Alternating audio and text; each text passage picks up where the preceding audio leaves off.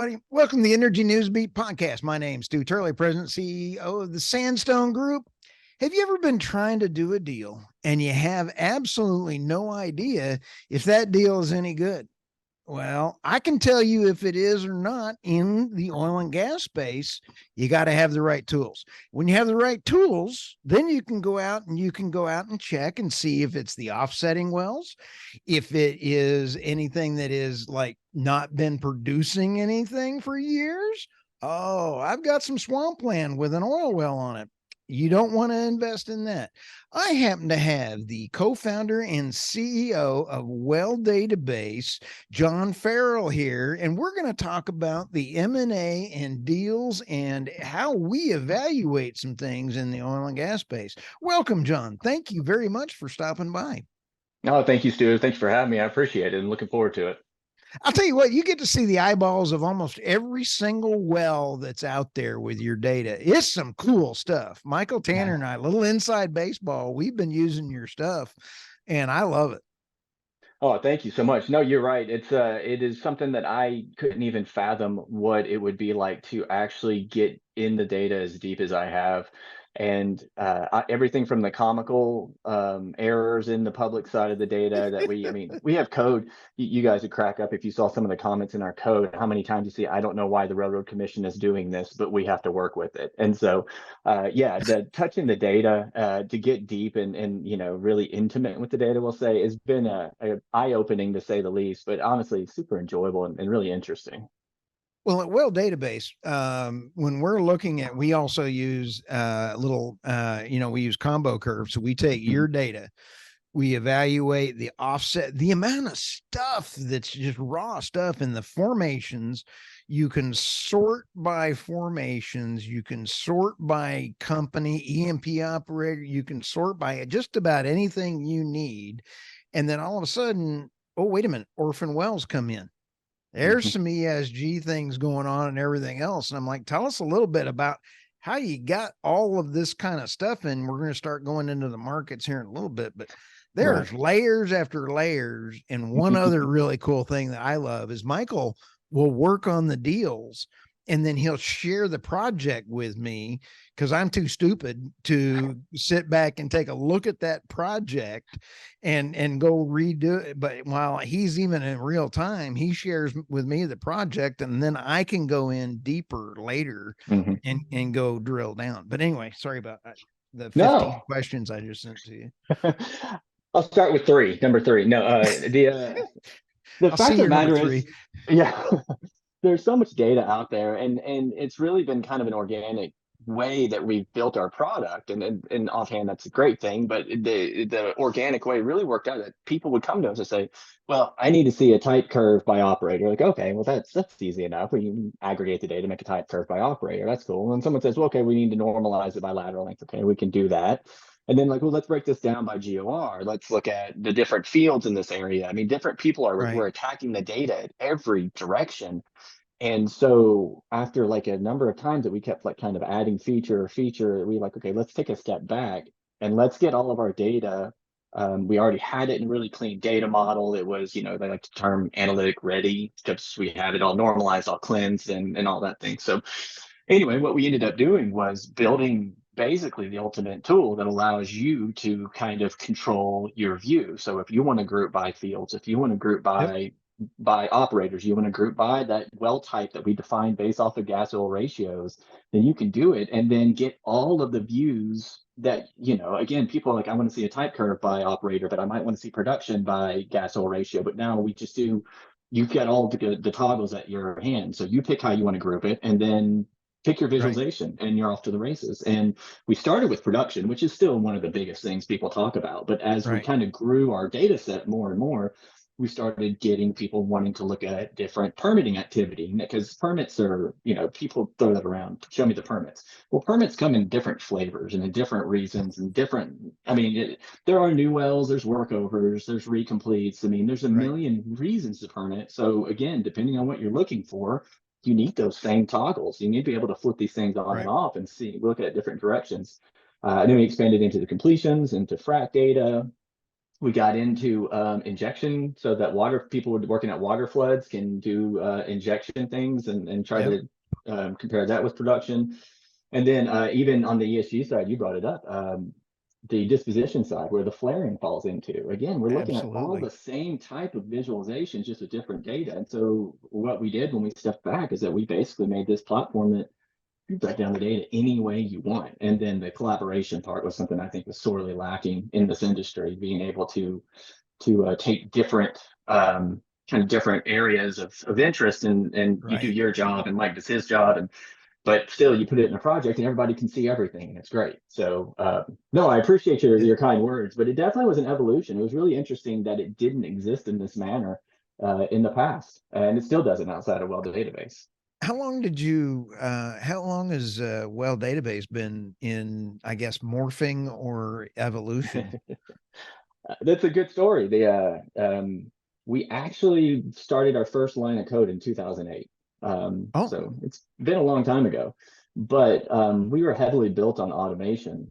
We didn't want to have a big headcount, like, hundreds of people on right. a data team grabbing data. We wanted to automate the processes. So we spent years, I mean, literally years building back-end systems and not having a public facing product. Wow. And Yep. so it was a nice labor of love. But so that was 2008, 2012, we released our first customer facing product.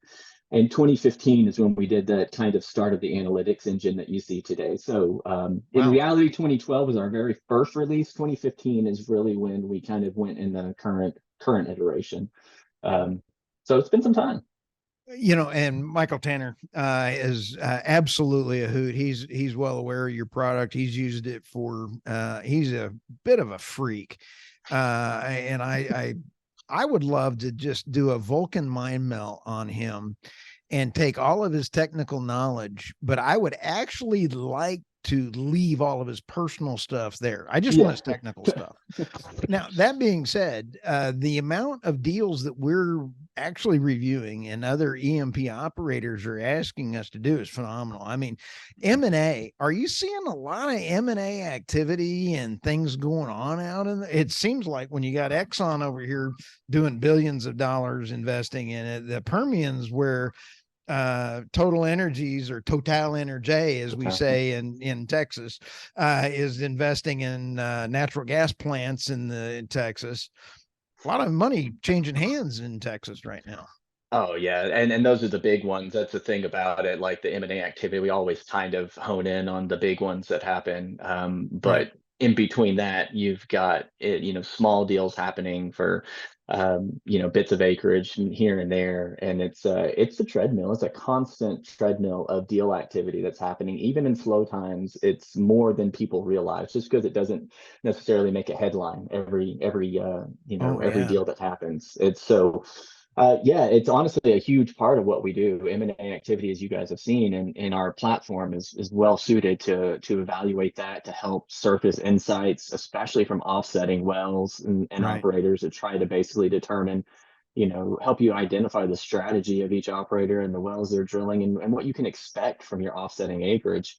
Um, Yep. yeah, but M&A activity it's a nonstop. And it's only this year has been a kind of a crazy year, honestly, but we had kind of a lull from the big deal situation for a couple of years there. And so this is Right. playing some catch up, I think. John, with the world the way it is, we need our oil and gas more now than I think we ever needed in the past.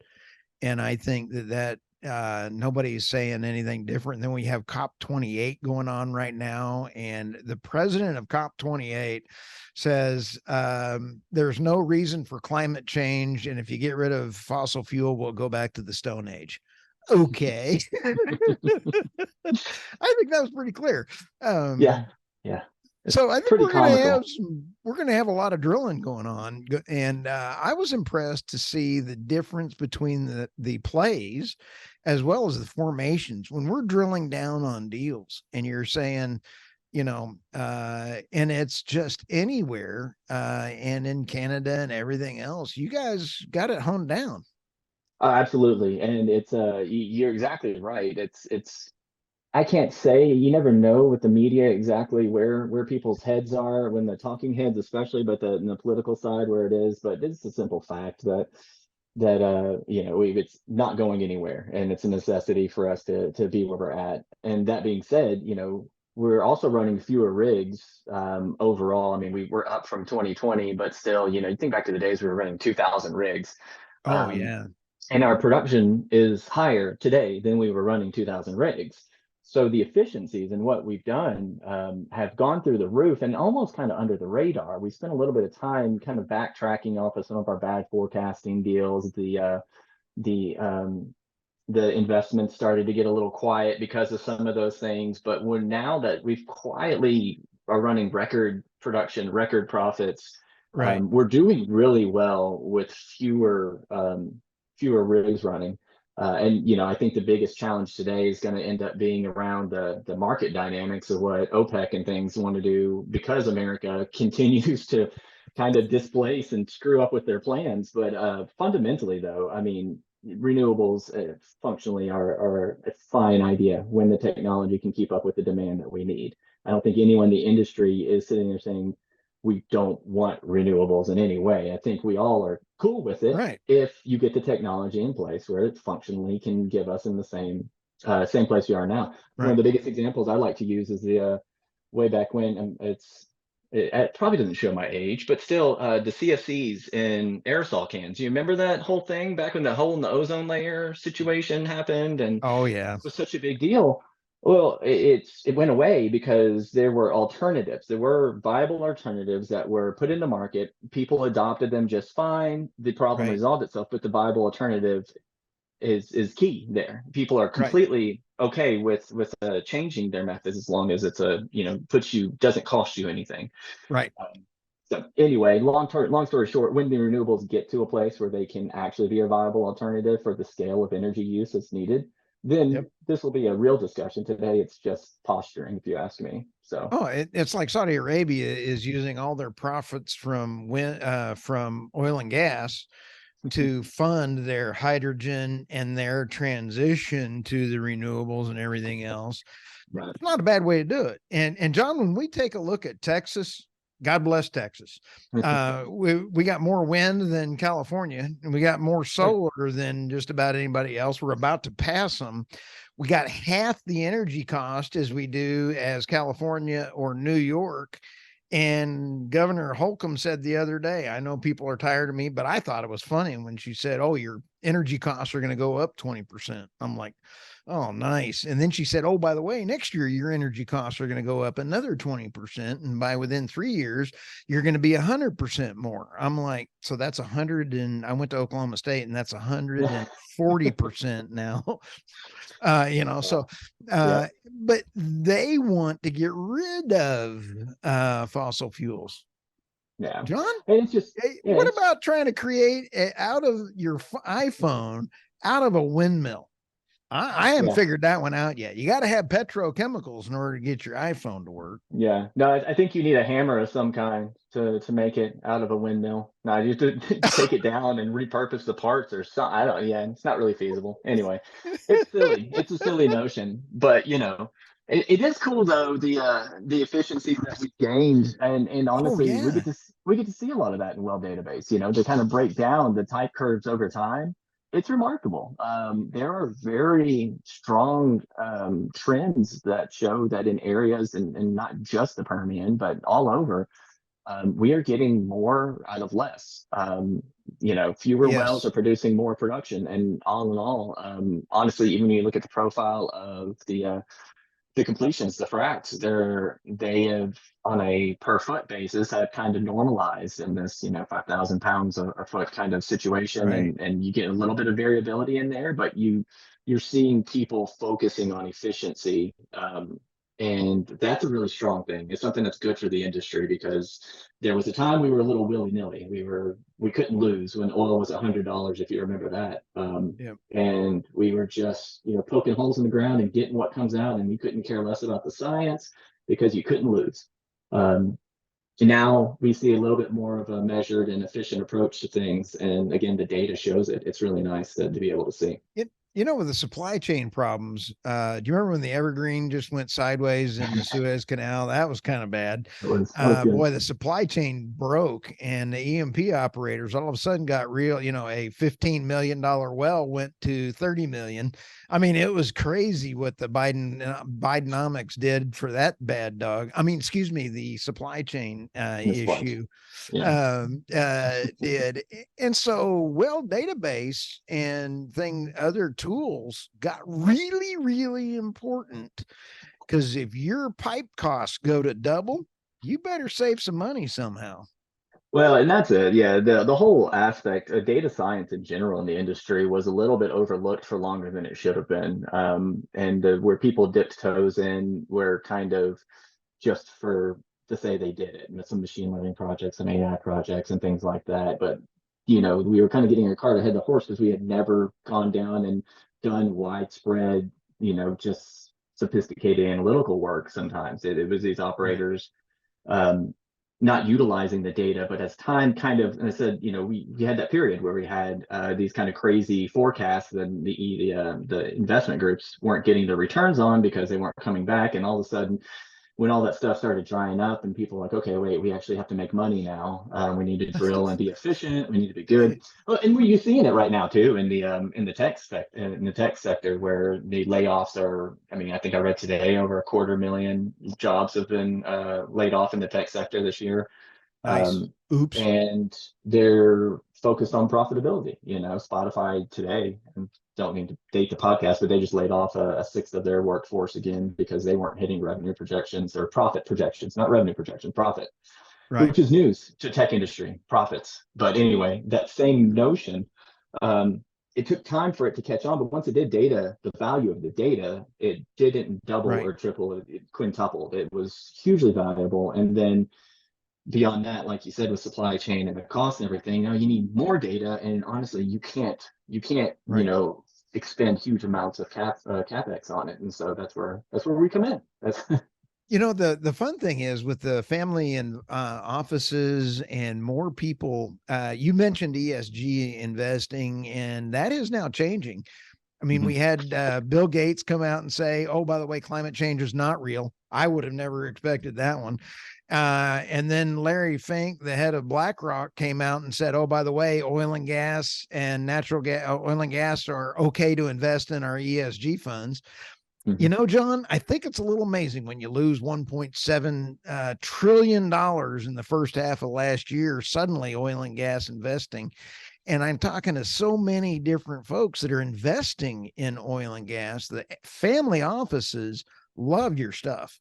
I mean, it is important for even the smaller notes. I mean, smaller offices. Yours is not just a Exxon product. Absolutely not. No, and that's something that's fundamentally, this is a funny thing to say, but I've grown really to kind of lean on it that we sell our product to users. And yes, we sign agreement with companies and that kind of thing, but we're really focused on the individual, the single person, and how we can improve their process, their life, give them better answers, better data. Not, I mean, honestly, when I talk to people when we're doing demos, they're just so frustrated that they have to spend so much time maneuvering, jacking with data, trying to make it work right so that they could start, even get started with their job. I mean, it's a joke. The SPEE, I think, released a paper saying it takes 7 days to do their standard evaluation based off of a survey of their members, and half that time was spent getting data in a place to where their job can be done. So you Right. spend half of your time as a data tech.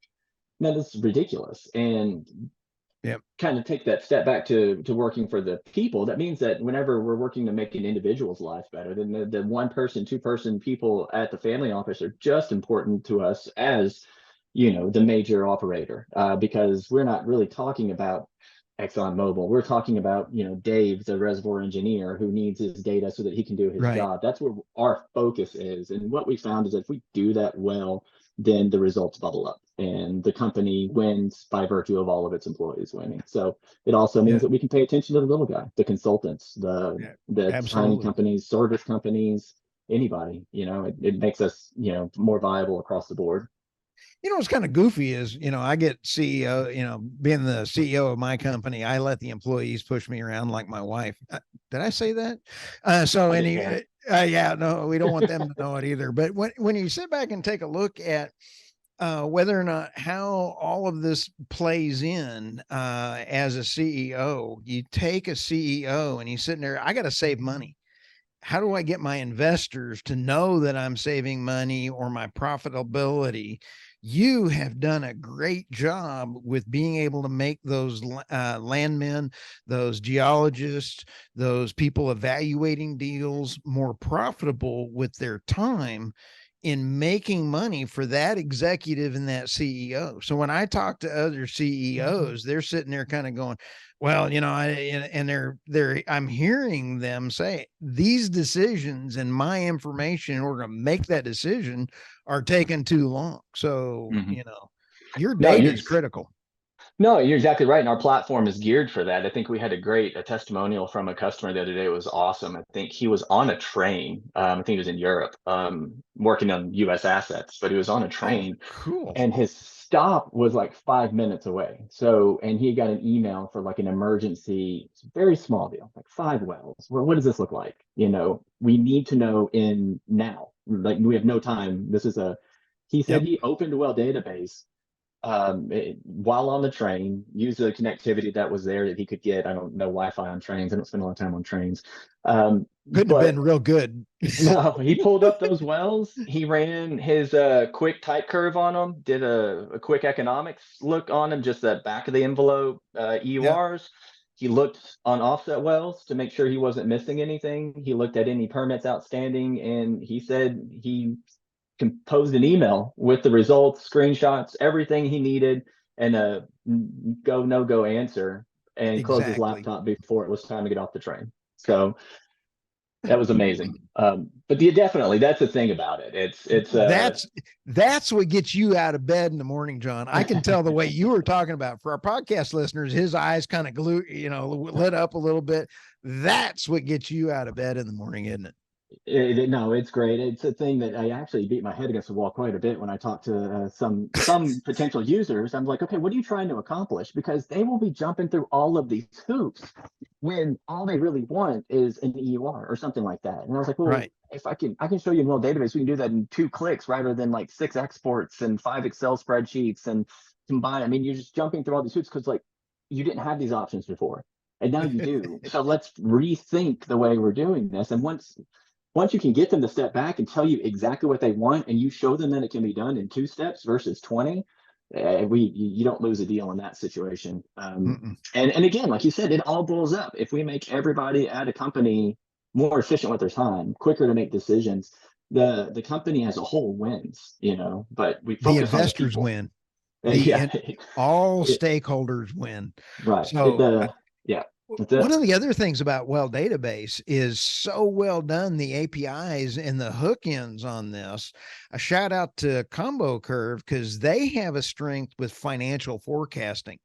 Mhm. So that goes back to my other CEO comment when he's over there beating on me for saying, hey, wait a minute, what about this deal?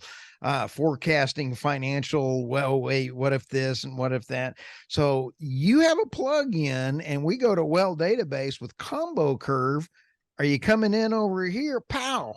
I'm Yep. like, so if you're on a 5-minute train and you've got a CEO with a spear in your back, you might be able to make dinner. Right. No, that's it. Well, and all credit to Combo Curve because we as technical people who started Well Database, we reached out to every popular software and like, do you want to Nice. integrate? Do you want to integrate? Do you want to integrate? Like our goal was just to integrate with as many software as we can, and we hit dead end after dead end. This Wow. industry is not really used to wanting to collaborate, and people with good faith, like I just want to make my data go into your platform. That's it. I don't want anything else.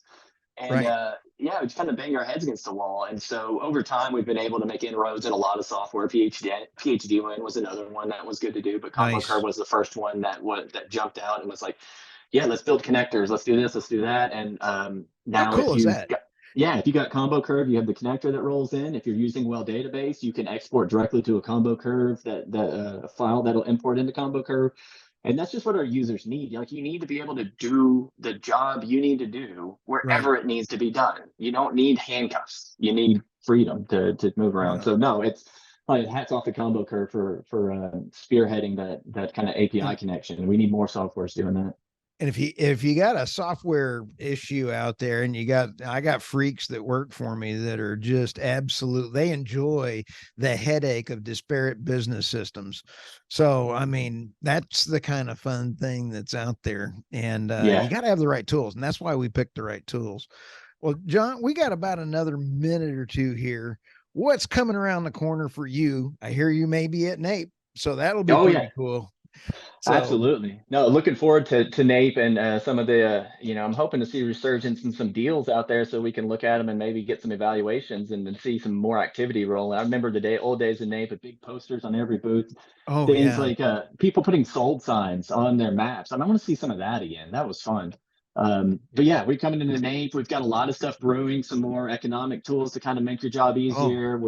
We're working on a data marketplace where we can start allowing you to get some third-party data stacked on top of the public oh, data, all in one platform. It's going to be super clean and easy. So next year is going to be a really, really fun year for us. oh, isn't that great?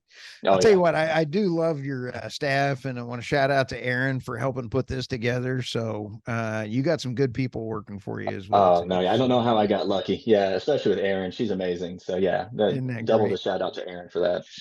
Well, John, how do people get a hold of you, and what's the best way? We're going to have your LinkedIn information in the show notes. But what's your website? It's welldatabase.com. It's that easy on one word, well database. And we're on LinkedIn. We obviously stay pretty active on LinkedIn and even X these days. We still post there. And then yeah, if you want to reach me directly, you can shoot me an email, jferrell@welldatabase.com. I know you're probably not supposed to give out your emails on podcasts, but I don't care. I like talking to people. So anyway. How fun. All right. We are going to have a lot of blast. And my name's Stu Turley, President and CEO of the Sandstone Group. Thank you all very much for listening to the Energy Newsbeat podcast, and we will see you guys soon.